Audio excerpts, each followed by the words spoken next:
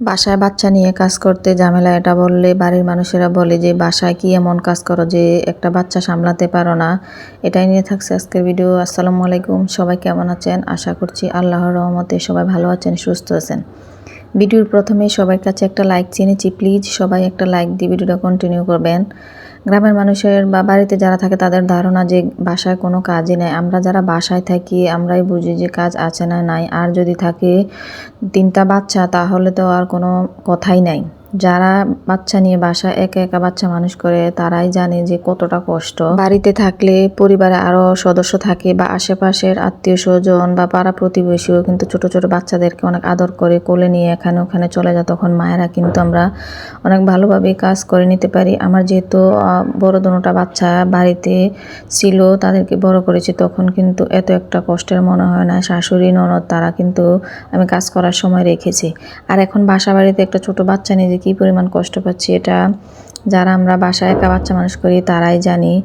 আমরা যেহেতু দিনের অনেকটা অংশই কিচেন রুমে কাজ করি, বাচ্চারা কিচেন রুমে ঢুকে পড়ে। আর কিচেন রুমের সব কিছু কিন্তু তাকের উপরে রাখা নেই, নিচেও অনেক জিনিসপত্র থাকে, এগুলো সব ফেলে দেয়, বেসিনের পাইপ নষ্ট করে দেয়, মানে অনেক কাজ নষ্ট করে আর অনেক ক্ষতিও করে, সব কিছু ভেঙেও ফেলে। অনেক সময় তো মেজাজ এতটা খারাপ হয় যে নিজেকে শান্ত করতে পারি না, মনে হয় যেন নিজের মাথা নিজেই ভেঙে ফেলি, তারপর আবার ধৈর্য ধরি, এই আর কি। আমার বড় বাচ্চারা যেহেতু মাদ্রাসায় সারাদিন থাকে, তাই তাদের তো আর ছোট ভাইকে নিয়ে রাখার সম্ভব হয় না। আমি সারাদিন রাখতে হয় তাকে, সাথে নিয়ে রান্না বান্না সংসারে যত কাজ আছে সব কিছুই সামলাতে হয়, তাই আমার অনেকটা কষ্ট হয়ে যায়। আর বাচ্চার জন্য তো সময় মতো ঘুমাতেও পারি না, বাচ্চা ঘুমালে তো কাজ করতে হয়, আর কাজ শেষ করতে করতে বাচ্চা আবার উঠে যায়, তখন তো আর ঘুমাতে পারি না। তাই মন মেজাজ আরও বেশি খিটখিটে হয়ে যায়। আর এই মেজাজ খিটখিটেকে শান্ত করার জন্য আমি আমার শখের কিছু কাজকর্ম করে থাকি, যেমন সেলাই কাজ, হাতের টুকটাক এমব্রয়ডারি কাজ, এরপর আমি কিছু গাছ লাগাই, ফুল গাছটা যাতে একটু মনটা ফ্রেশ থাকে, এই আর কি। তো এইসব নিয়ে সব কিছু সারাদিন আমার চলে যায় বাসায় ব্যস্ততার মধ্যেই। ভিডিওর কোনো কথাই বলা হয় নাই।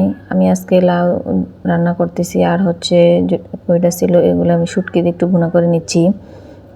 রান্নাঘরের কাজটা আমি একটু তাড়াহুড়া করেই করি, বাচ্চা ঘুমালে যেহেতু রান্না করে আসি, তাই রান্নার পাশাপাশি আমি রান্নাঘরের সব কাজ সেরে পেলে রান্না বসিয়ে দিই। কিচেনে যত কাজ থাকে সব তাড়াতাড়ি সেরে ফেলার চেষ্টা করি, যেমন এতে ধোয়া মাজা থাকে যে এইগুলো পরিষ্কার করে পেলে তাড়াহুড়া করে। এরপরে কিচেনে চুলার পার বা বেসিন ওয়াল এগুলো যেহেতু তেল ছিটকে পড়ে, এগুলোও পরিষ্কার করে পেলি সাথে সাথে।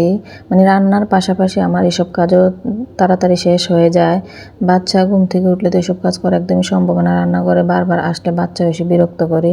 তো এভাবে আমি আমার সারাদিন পার করি। আর এই পেটিকোটগুলা আজকে অনেক দিন আনা হয়েছে, কাটা হয় না, বিকেলে একটু সময় পেয়ে বাচ্চাকে ঘুম পাড়িয়ে কেটে নিচ্ছিলাম। আসলে সময় মতো সব কিছু করা যায় না, আর সবসময় ভালো লাগে না, যে সময় ভালো লাগে এই সময় একটু করি আর কি। তো এই ছিল আমার আজকের ভিডিও, কেমন লেগেছে জানাবেন। সবার জন্য রইল অনেক অনেক দোয়ার ভালোবাসা, আপনারাও আমার জন্য দোয়া করবেন। সবাই ভালো থাকবেন, আল্লাহ হাফেজ, আসসালামু আলাইকুম।